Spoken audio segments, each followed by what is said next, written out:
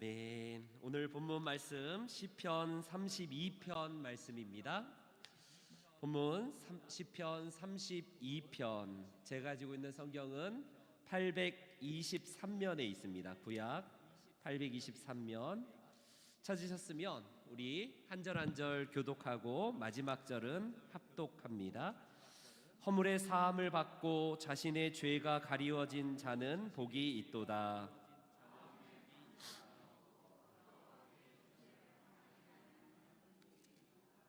내가 입을 열지 아니할 때에 종일 신음함으로 내 뼈가 쇠하였도다.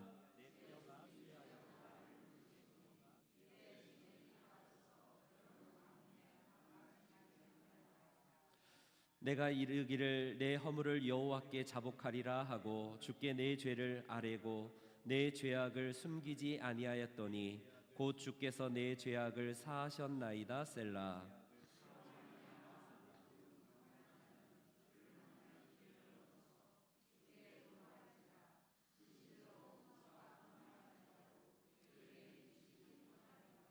주는 나의 은신처이시오니 환난에서 나를 보호하시고 구원의 노래로 나를 두루시리이다. 셀라.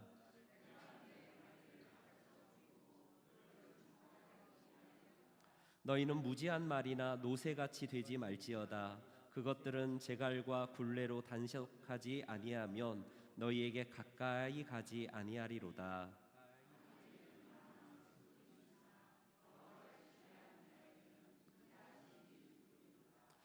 너희 의인들아 여호와를 기뻐하며 즐거워할지어다. 마음이 정직한 너희들아 다 즐거이 외칠지어다. 아멘. 아멘. 오늘의 본문은 다윗의 시로, 오늘 본문의 시작이 뭐라고 되어 있는지 1절 위에 표제를 한번 보세요. 표제. 다윗의 뭐라고 써 있습니까? 다윗의 마스길 해갖고 2번이 이렇게 가로치고요. 밑에 각주에 보니까 마스길이 뭐라고 써 있나요? 교훈이라고 써 있습니다. 아니 왜 이렇게 굳이 또 이렇게 번역해서 써놓을까? 그냥 다윗의 교훈이라고 하면 될 텐데, 마스길이라는 말이 이 시편의 여러 편에서 나오는데 쉽게 말하면 교훈이에요. 교훈. 오늘 본문의 이 내용은 다윗이 교훈을 받았다라는 내용입니다. 어떤 것을 통해서? 그가 바로 오늘 본문의 이 내용으로 보아서 아마 밧세바와의 간음 사건 이후에 회개할 때의 그 내용 같이 보입니다. 그래서 오늘 본문을 통해서 우리가 다윗이 이렇게 막 울리지. 네, 또 한 사람이 막 왔다 갔다 하네요.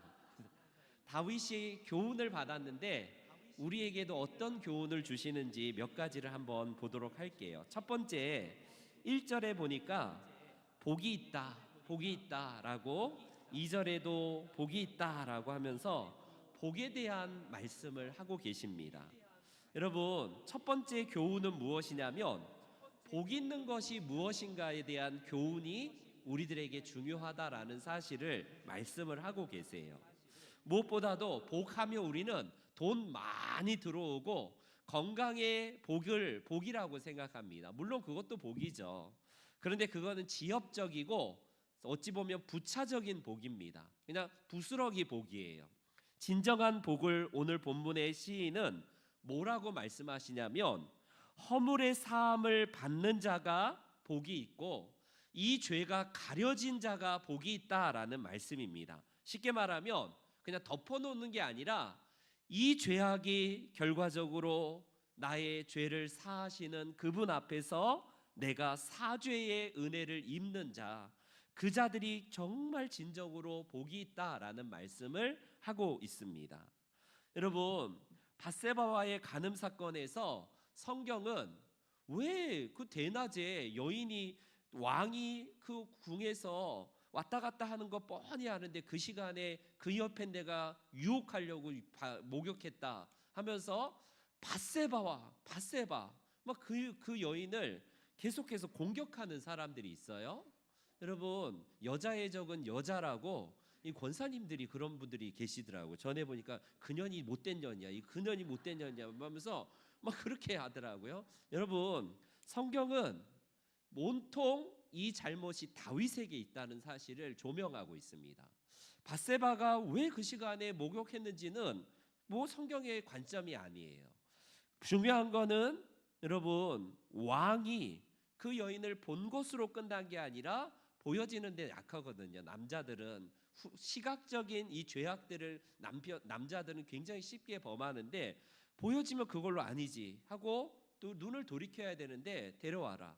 데려오니까 이게 와이프예요. 남의 아내입니다. 그렇다면 두 번째 기회에서 이것도 안 되지 하면서 그냥 돌려보내야 되는데, 누군지 봤더니 충성스러운 신하 우리아입니다. 우리아. 한참 전쟁을 수행하는 이 장수 우리아를 불러내요. 그리고 나서 수고했다. 신은 집에 돌아가서 여독을 풀고 쉬어라. 얼마나 우직한 충직한 장군인지, 제가 전쟁 중인데 어떻게 저 혼자 집에 돌아갈 수 있겠습니까? 아내와 어떻게 잠자리를 할 수 있겠습니까? 안 됩니다. 이거 말해서 이거 지금 안 돌아갑니다. 눈치가 없어요, 우리아가.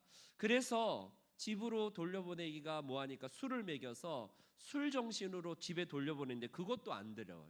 결과적으로 이 일에 우리아를 사지로 몰아넣어서 가장 깊은 곳으로 몰아넣어서 그곳에서 싹 빠지는 작전을 통해서 결국 우리아를 죽게 하는 아주 파렴치한 죄악들을 범한 것이 다윗입니다.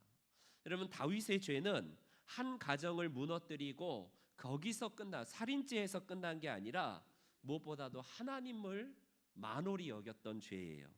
아이가 낳기까지 결국 1년여 정도를 하나님께서 이 지금 나단 선지자가 올 필요가 없어요. 평상시에 다윗이라면 그게 바로 그냥 하나님의 음성을 듣고 주님의 뜻이 뭔지를 깨달았는데, 그때까지 결국 하나님과의 관계가 끊어졌다는 사실을 볼 수가 있습니다. 나단 선지자가 올 때까지 회개가 전혀 없었다는 것은 결과적으로 이 죄에 대해서 결국 다윗도 완전히 이 죄에 대해서 둔감한 상황이었다. 그런 그가 결과적으로 회개함을 통해서 이게 정말 하나님으로부터 사죄의 은총을 받는 것이 진정한 복이구나라는 사실을 깨닫게 됩니다. 그렇습니다, 여러분. 우리는 죄를 저질렀을 때에 뒤로 자꾸 물러나요. 하나님께서 우리들에게 뒤로 물러나면 자유로운 것 같지만 더 무거워집니다. 가장 빠른 길은 하나님께 나오는 길이에요. 그래서 그분 앞에서 우리가 회개할 때에 복을 주시고, 그것이야말로 진정으로 여호와 앞에 정죄당하지 아니하는 복, 이 교훈을 다윗이 비로소 받았다라는 사실입니다. 우리도 이런 복을 주시는 하나님 앞에 더 나아가시는 귀한 은혜가 있기를 축복합니다. 두 번째는 평안의 복이에요. 다윗이 궁정에서 이 범죄한 이후에 그들은 산의 진미를 먹고 육신은 평안할지 모르겠습니다. 전쟁에서 이제 뭐 위기가 있었지만 승승장구하고 있고, 이제 그의 나라가 점점 승승장구해서 아무런 염려는 없어요. 그런데 여러분, 아무거나 좋은 걸 먹고 아무거나 우리가 좋은 데 다니고 우리가 육신이 평안하다고 해서 그게 진짜 편안한 겁니까? 다윗은 오늘 본문에 보니까 죽을 지경입니다. 주의 손이 자기를 누를 정도로 압박감을 느끼고 있고 죄책감에 괴로워하는 밤이에요. 그래서 4절에 보니까 주의 손이 주야로 나를 누르는 경험을 합니다. 계속된 압박감, 죄의 압박감. 나는 살인자야. 나는 남의 가정을 해체해버린 아주 나쁜 놈이야. 한편으로는 그 죄책감 때문에 누러서 이건 여름 가물에 진액이 빠져서 여름 가뭄에 마름같이 되었다. 바짝 마음이 완전히 말라버린 이 상태. 그래서 그가요, 하나님 앞에 이 죄악들을 토로하면서 결과적으로 그는 사죄의 은총을 받게 되는데, 그제서야 드디어 평안을 얻고 마음에 참된 쉼을 얻었다라는 사실입니다. 진정한 복은 마음의 평안을 얻었을 때에 우리가 진정한 평안이지 않겠습니까? 아무리 좋은 것을 우리에게 주어진다 할지라도 우리에게 마음의 평안이 놓쳐버리면 우리는 다 놓친 거라고 할 수 있습니다. 그래서 우리에게 두 번째 다윗의 교훈은 무엇이냐면 바로 평안의 복을 우리들에게 진정으로 교훈하고 있다라는 사실입니다. 세 번째 6절을 한번 볼게요. 6절. 그가 죄악 중에서 결과적으로 기회를 잡게 되는데 6절 다 같이 시작. 주를 만난 기회를 얻어서 주께 기도할지라. 여기입니다. 여러분, 우리의 인생에서 어떤 기회가 생기는데 오늘 본문의 시인은요, 그거를 뭐라고 말하냐면 경건한 자는 주를 만날 기회래요. 주님을 만날 기회로 삼는 의미는 무엇이냐면 바로 주님께 기도할 기회다라는 사실입니다. 비록 죄악이지만 이 죄악 가운데 쓰디쓴 아픔, 수업료를 내고 있지만 그 속에서 그래, 주님께 기도할 수 있지, 주님을 만날 수 있지라는 것, 이게 진정한 복이라는 사실을 오늘 다윗은 누리고 있다라는 겁니다.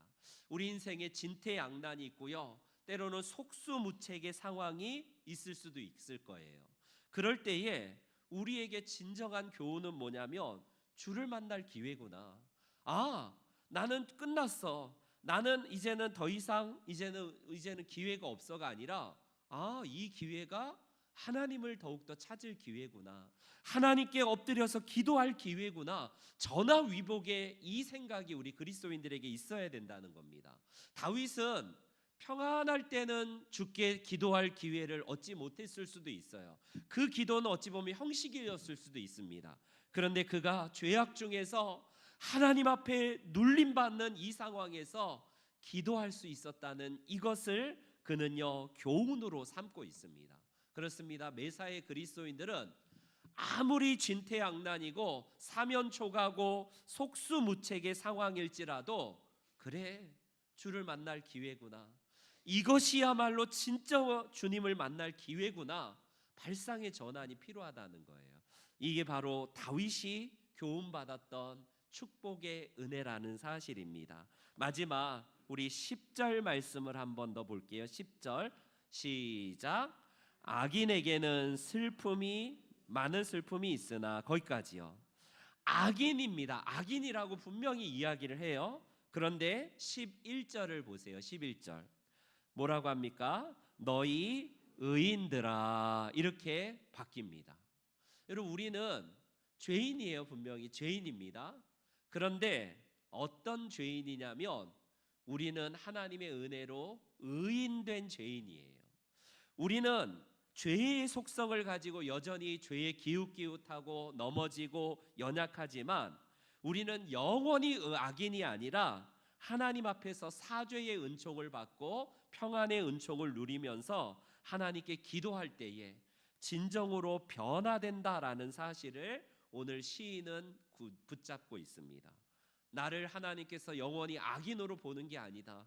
그래, 너희 의인들아 여호와를 기뻐하며 즐거워할지어다 라고 하면서 오히려 우리의 모든 것을 구속하신 하나님 앞에 그는 의인의 정체성으로 다시 한번 회복의 은총을 누리게 된다라는 사실이에요. 오늘 우리 귀한 성도님들, 우리의 삶에서 무너져 있는 그 상황, 그것은 오히려 전화위복이 될 것이고 하나님 앞에서 우리가 악인의 삶으로 치닫는 것이 아니라 의인의 삶으로 다시 한번 변화의 기회를 주시는 것이 오늘 우리가 교훈받아야 될 내용이다라는 사실입니다. 귀한 또 한 주, 또 시작되는 또 12월, 우리에게 하나님의 은총으로서 다윗의 교훈, 다윗의 마스길이 우리 모두의 교훈과 마스길이 되시기를 주님의 이름으로 축원합니다. 아멘.